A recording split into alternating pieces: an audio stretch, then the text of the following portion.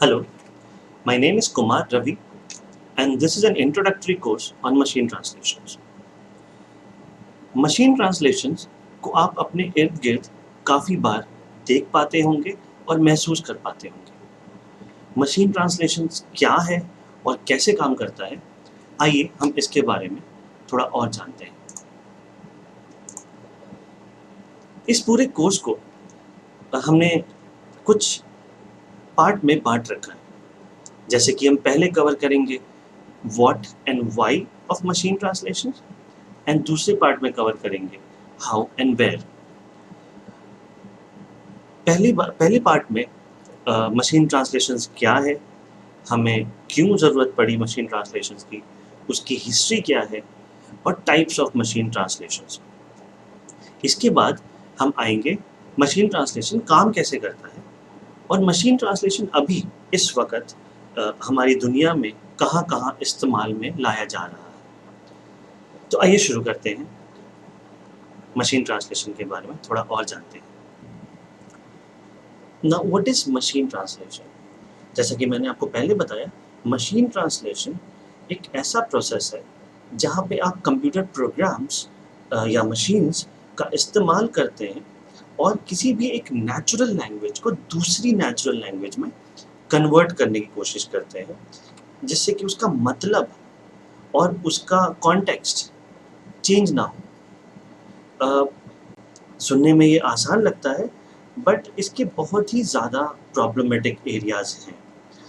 जैसा कि आप जानते होंगे, पूरी दुनिया भर में लैंग्वेजेस बहुत सारे हैं, उनमें बहुत वैरायटी है, उनके ग्रामर, उनकी अल्फ़ाबेट्स सब बहुत ही अलग होते हैं। जब कोई ऐसा लैंग्वेज आता है जिसमें जेंडर स्पेसिफिक एलिमेंट्स नहीं होते, जैसे इंग्लिश में ही और शी होता है, उस तरीके की अगर लैंग्वेज को अगर इंग्लिश में कन्वर्ट करने का जॉब दिया जाए, तो वो कंप्यूटर के लिए काफ़ी डिफ़िकल्ट हो जाता है कि कॉन्टेक्स्ट लूज़ किए बिना वो उस चीज़ को कैसे कन्वर्ट करे। But since the technology has advanced so much, machine translation एक एडवांस स्टेज पे अभी करेंटली पहुंचा हुआ है। अब हम जानने की कोशिश करते हैं कि हमें मशीन ट्रांसलेशन की ज़रूरत क्यों पड़ी। So why do we need machine translation? Uh, as you know, there are several languages in this world. एक रफ एस्टिमेट के हिसाब से देखा जाए तो पूरी दुनिया में 7,000 से ऊपर लैंग्वेजेस बोले जाते हैं लोगों द्वारा आपस में कम्युनिकेट करने के लिए। मशीन ट्रांसलेशन की ज़रूरत क्यों पड़ रही है? क्योंकि हमारी दुनिया काफ़ी कनेक्टेड होती जा रही है। You get connected from your mobile phones, you're connected on your internet, right now you are listening to me over internet. तो हमारी दुनिया काफ़ी कनेक्टेड है, होती जा रही है, और जिसकी वजह से लैंग्वेज एक बैरियर बनता जा रहा है। इस ग्लोबल इकोनॉमी में, इस ग्लोबल वर्क फोर्स के दौरान अगर हम लैंग्वेजेस बैरियर को नहीं तोड़ते हैं, तो हमारे लिए काम करना इस ग्लोबल इकोनॉमी में काफ़ी मुश्किल हो जाता है। मशीन ट्रांसलेशन का सबसे बड़ा यूज़ केस तो यहीं पे आता है। कोई वेबसाइट है, किसी और लैंग्वेज में है, आपके डेस्कटॉप पे जब आप उसको ओपन करते हो, आपके लैपटॉप पे, डेस्कटॉप पे, फ़ोन पे, तो गूगल आपको ऊपर से ऑप्शन देता है उसको अपनी लैंग्वेज में कन्वर्ट करने का। Now just imagine how easy it becomes to understand something written in another language and get it translated in your own language, all that automatically and within milliseconds, and understand what that particular web page or that content might want to convey to you. इसका एक सबसे बड़ा उदाहरण अगर हम देखें तो आज के ज़माने में कोविड का वैक्सीन का रिसर्च चल रहा है। अगर हमारे पास मशीन ट्रांसलेशन जैसी टेक्नोलॉजीज़ नहीं होती, तो कुछ कंट्रीज़ जो कि इंग्लिश अपना प्रेफर्ड लैंग्वेज नहीं मानते, जैसे जर्मनी, रशिया, चाइना, इन कंट्रीज़ के जो रिसर्च हैं वो बाकी दुनिया में बहुत ही रियल टाइम में या बहुत ही जल्दी अवेलेबल नहीं हो पाते।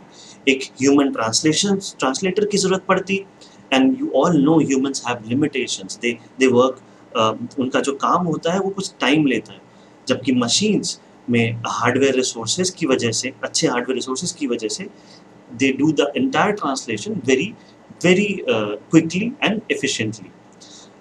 तो आप समझ सकते हैं कितना इम्पोर्टेंट होगा एक रिसर्च को दूसरे रिसर्चर्स तक पहुंचाना और कोलैबोरेटिव एनवायरनमेंट बनाना। मशीन ट्रांसलेशंस इन चीज़ों में काफ़ी हेल्प करता है।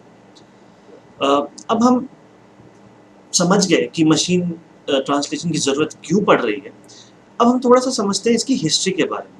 ये मशीन ट्रांसलेशन कैसे आया, अभी किस सिचुएशन में है, और क्या ओवरऑल मशीन ट्रांसलेशन की हिस्ट्री थी। History of machine translation is quite interesting.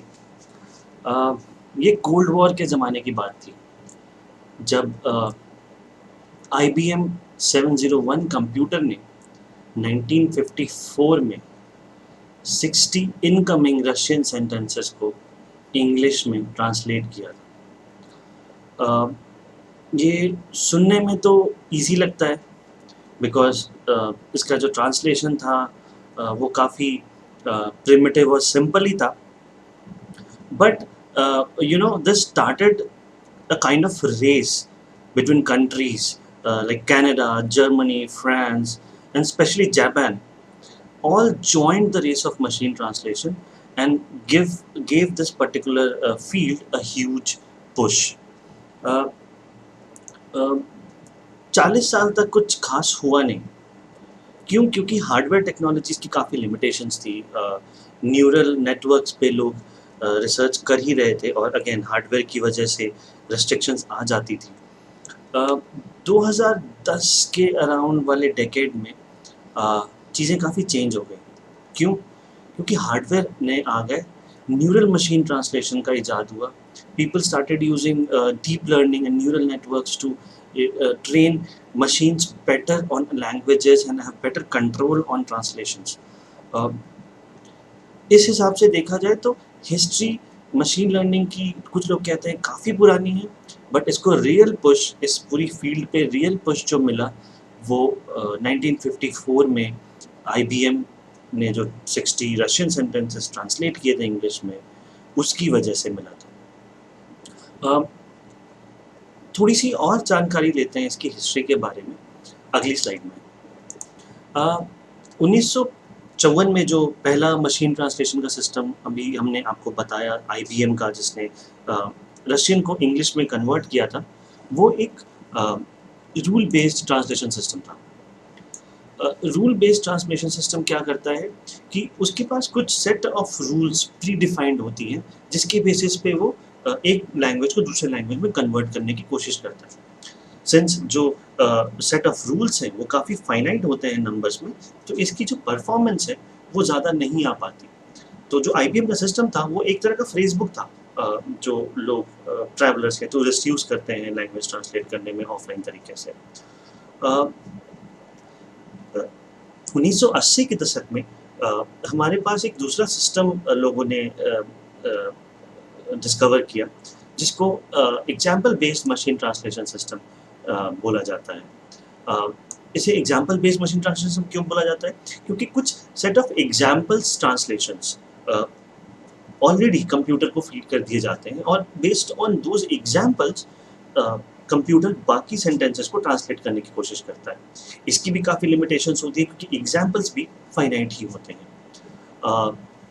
जो 1990 के दशक से जो नए स्टैटिस्टिकल मशीन ट्रांसलेशन की शुरुआत हुई, उसने accuracy as well as speed दोनों की जो लिमिटेशंस है उसको बढ़ा दिया था। स्टैटिस्टिकल मशीन ट्रांसलेशन मेनली कुछ मैथमेटिकल मॉडल्स जैसे कि प्रोबेबिलिटी डिस्ट्रीब्यूशन, इंफॉर्मेशन थ्योरी, इन चीज़ों के ऊपर बेस्ड होता है, और लैंग्वेजेस को एक नेचुरल लैंग्वेज को दूसरे नेचुरल लैंग्वेज में कन्वर्ट करने के लिए इन मैथमेटिकल मॉडल्स को यूज़ करता है।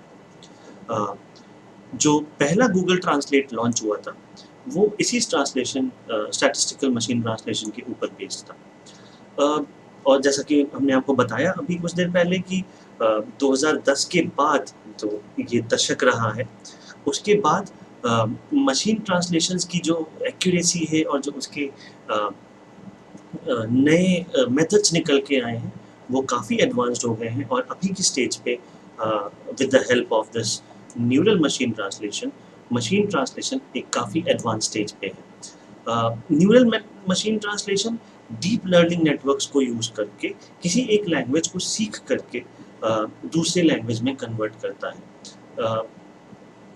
इसके बारे में और जानते हैं, थोड़ा और समझते हैं टाइप्स ऑफ मशीन ट्रांसलेशन में अगली स्लाइड में। Now coming two types of machine translation, जैसे कि अभी हमने देखा कि मशीन ट्रांसलेशन कई तरीके के होते हैं, बट जो सबसे फेमस मशीन ट्रांसलेशन है, सबसे common machine translation in use हुए थे और अभी जो हो रहे हैं वो ये हैं रूल बेस्ड मशीन ट्रांसलेशन या RBMT, स्टैटिस्टिकल मशीन ट्रांसलेशन या SMT and neural machine translation या NMT। एक एक करके इनके बारे में जानते हैं और समझने की कोशिश करते हैं कि किस में क्या हुआ था या हो रहा है। सबसे पहले हम रूल बेस्ड मशीन ट्रांसलेशन को समझने की कोशिश करते हैं। रूल बेस्ड मशीन ट्रांसलेशन, जैसा कि अभी बताया आपको, कुछ लिंग्विस्टिक रूल्स सेट करता है हर एक लैंग्वेज के बारे में।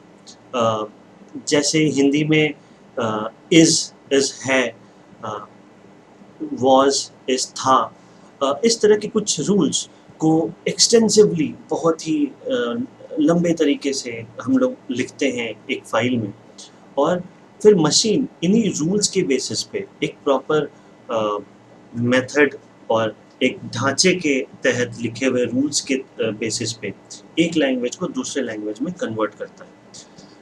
इसकी सबसे बड़ी प्रॉब्लम जो थी वो ये थी कि इस सिस्टम को बनाने के लिए हमें लिंग्विस्टिक्स की ज़रूरत पड़ती थी। लिंग्विस्टिक्स मतलब एक ऐसे पर्सन की, एक ऐसे इंसान की जिसको कि दोनों लैंग्वेज आती हो और वो दोनों ट्रांसलेशंस पहले से करता आया हो, ताकि वो ये रूल्स बना पाए।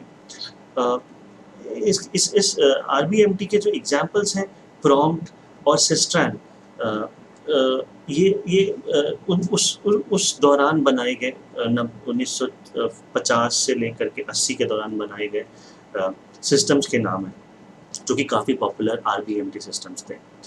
जो अगला सिस्टम है हमारा वो SMT है।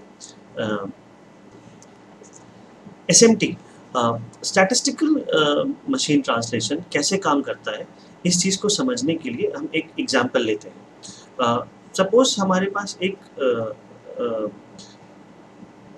टेक्स्ट है जो कि इंग्लिश में लिखा हुआ है, और एक टेक्स्ट है जो कि एग्जैक्ट ट्रांसलेशन है इसका इन जर्मन।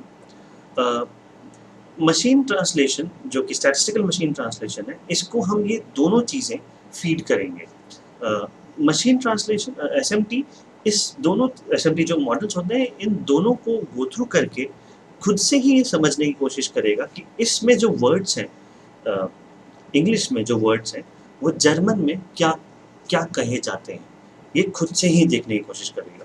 तो आप यहाँ पे देख सकते हैं कि हमने लिंग्विस्टिक्स, जो कि वो पर्सन जो कि ट्रांसलेशन करता है, का इनिशियल इन्वॉल्वमेंट के अलावा बीच का इन्वॉल्वमेंट, जहाँ पे उसको रूल्स लिखने पड़ते थे RBMT सिस्टम्स में, वो ना करते हुए हम मशीन को डायरेक्टली ऑलरेडी कन्वर्टेड या ऑलरेडी ट्रांसलेटेड डॉक्यूमेंट्स फीड कर रहे हैं।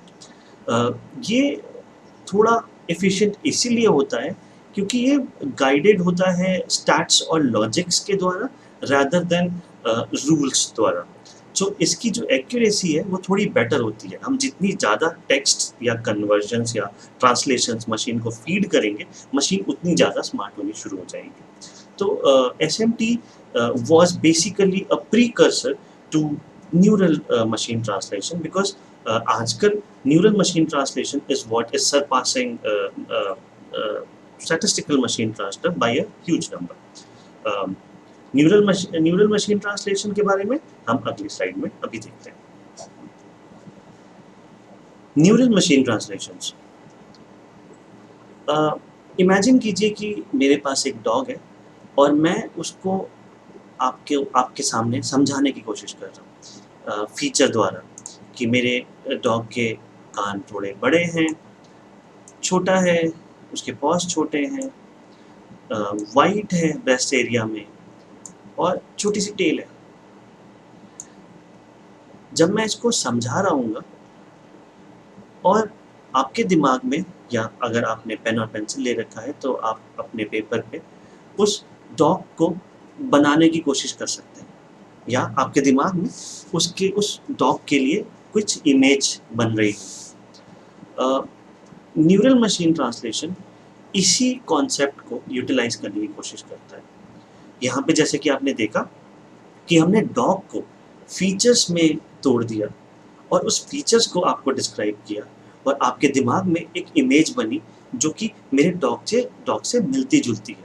हम जितनी फीचर डिस्क्राइब कर पाएंगे वो इमेज इतनी बेटर होती जाएगी।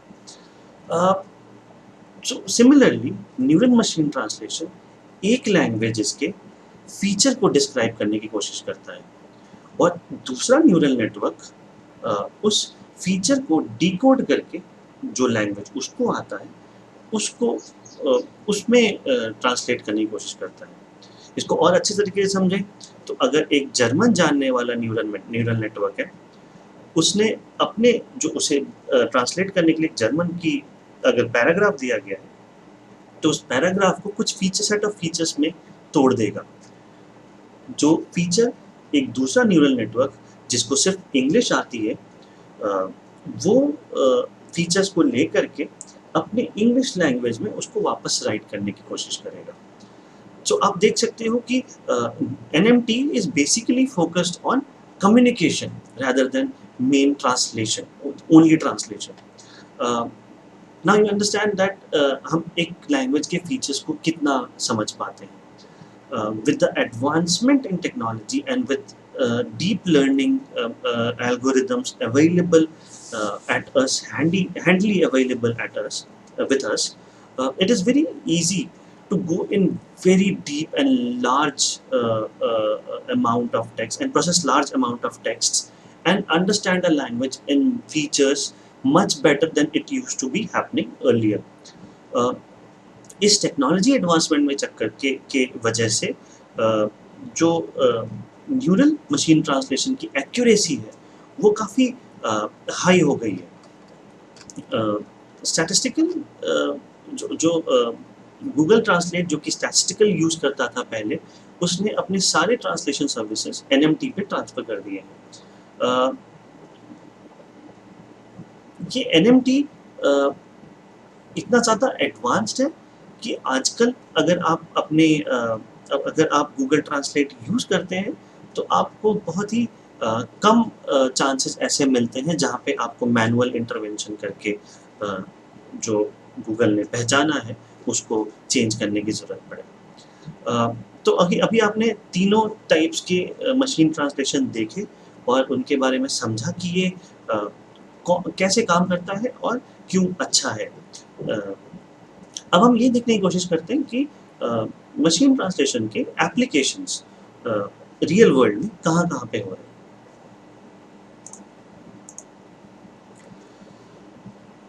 Applications of machine translations. Machine translation जैसा कि आप देख रहे हो कि कितना इम्पोर्टेंट रोल प्ले करता है ग्लोबल सोसाइटी में during times of collaboration, during times of war, during the times of healthcare issues, pandemics like we are currently in right now. So कुछ applications जो machine translation के हैं वो इस तरह से हैं, जैसे government में representation and translation of data and foreign communication, archiving translations, इस तरह की चीज़ें बहुत ही ज़्यादा required होती हैं। कई सारी ऐसी कंट्रीज़ हैं जो कि एक स्टैंडर्ड लैंग्वेज जैसे कि इंग्लिश का इस्तेमाल नहीं करती। ग्लोबल कम्युनिकेशन लैंग्वेज माना जाता है इंग्लिश, जैसे कि रशिया, चाइना, जापान। इन कंट्रीज़ जैसे अगर किसी दूसरे कंट्री को कम्युनिकेशन भेजती है तो वहाँ पे मशीन ट्रांसलेशन ऑटोमेटिकली ट्रांसलेट करता है इन चीज़ों को, और कई बार लिंग्विस्टिक यूजर्स या लिंग्विस्टिक पर्सनल भी प्लेस किए जाते हैं। मशीन ट्रांसलेशन वहाँ पे कई बार एड करता है गवर्नमेंट को। in software and technology world you will see chatbots, real time subtitles in YouTube। आपने YouTube देखा होगा। कई बार जब आप इंग्लिश लैंग्वेज का ट्रांसलेशन किसी और लैंग्वेज में कर रहे होते हो तो वो रियल टाइम ट्रांसलेशंस या रियल टाइम सबटाइटल्स के रूप में यूज़ हो जाता है।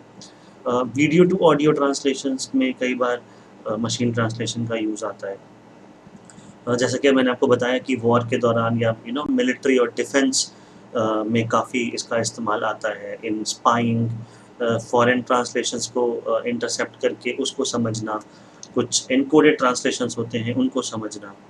हेल्थ केयर में रिप्रेजेंटेशन और translation of health care data, research में अगर कहीं पे रिसर्च हो रही है उस रिसर्च का इमीडिएटली किसी और जगह पे पहुंचना, इन सब चीज़ों में मशीन ट्रांसलेशन काफ़ी यूज़फुल है।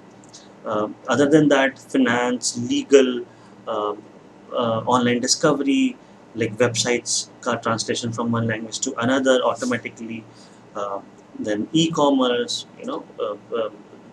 as I already said, global economy है, ग्लोबल वर्कफोर्स है, ग्लोबल डिस्ट्रीब्यूशन चैनल्स हैं।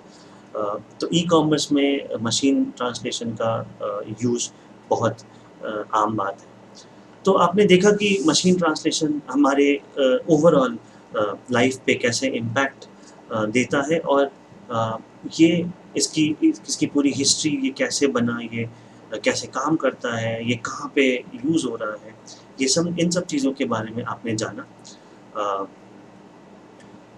तो ये इंट्रोडक्टरी सेशन मशीन ट्रांसलेशन का यहीं पे ख़त्म होता है।